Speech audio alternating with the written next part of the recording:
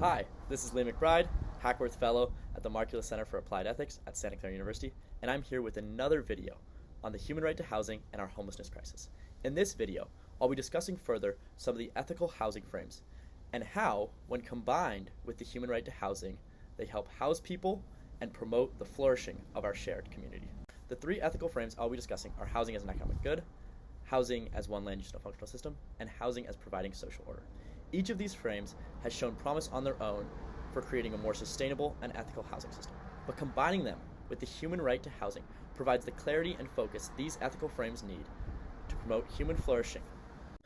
The housing as an economic good ethical framework is extremely promising in its potential to promote human flourishing.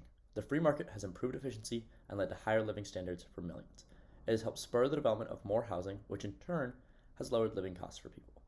While it has certainly increased human flourishing for many, there are still lots of people on the fringes of society who have not shared in the fruits of economic growth. This is why the human right to housing is so essential. By putting human rights at the forefront, the purpose of our economic system shifts from maximizing shareholder profits to maximizing human flourishing. Housing as one land use in a functional system is an excellent ethical frame for understanding housing because it puts housing in a greater context. Housing is one way to use land, among many others, all of which need to be held in balance to maintain an economically and environmentally sustainable system. This ethical frame tells us how we should create a land use system, but it is silent about the purpose of this system. By reframing this ethical frame using the human right to housing, the purpose of the functional system becomes clearer: to promote human flourishing.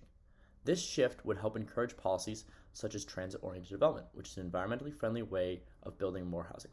Transit-oriented development also helps increase affordability because housing built near a transit station decreases the high cost necessity of owning and maintaining a car. Finally, reframing the housing as social order ethical frame using the human right to housing shifts what has been a problematic frame into a rights-oriented frame. Housing as social order has been used by many to create exclusionary zoning, where there's only single-family homes and high prices.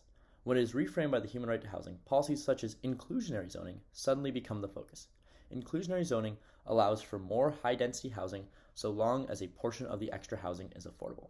The human right to housing helps shift our social order from an exclusive society to a more inclusive. Considering how the human right to housing impacts all of these frames, two things become clear. One is that when these ethical frames are integrated with the human right to housing, they better promote human flourishing. The second thing is that the human right to housing creates a level of synergy between these ethical frames. Housing as social order with a human rights focus becomes the guiding principle for how we zone housing. Housing as one land use in a functional system becomes the framework by which we design our housing. Finally, housing as an economic good becomes the means by which the housing is built and provided to people. All of this goes to show how essential the human right to housing is. Only this ethical frame conveys the urgency of the homelessness crisis. Thank you for watching, and if you're interested in learning more about the right to housing, please follow the YouTube channel of the Markkula Center for Applied Ethics at Santa Clara University.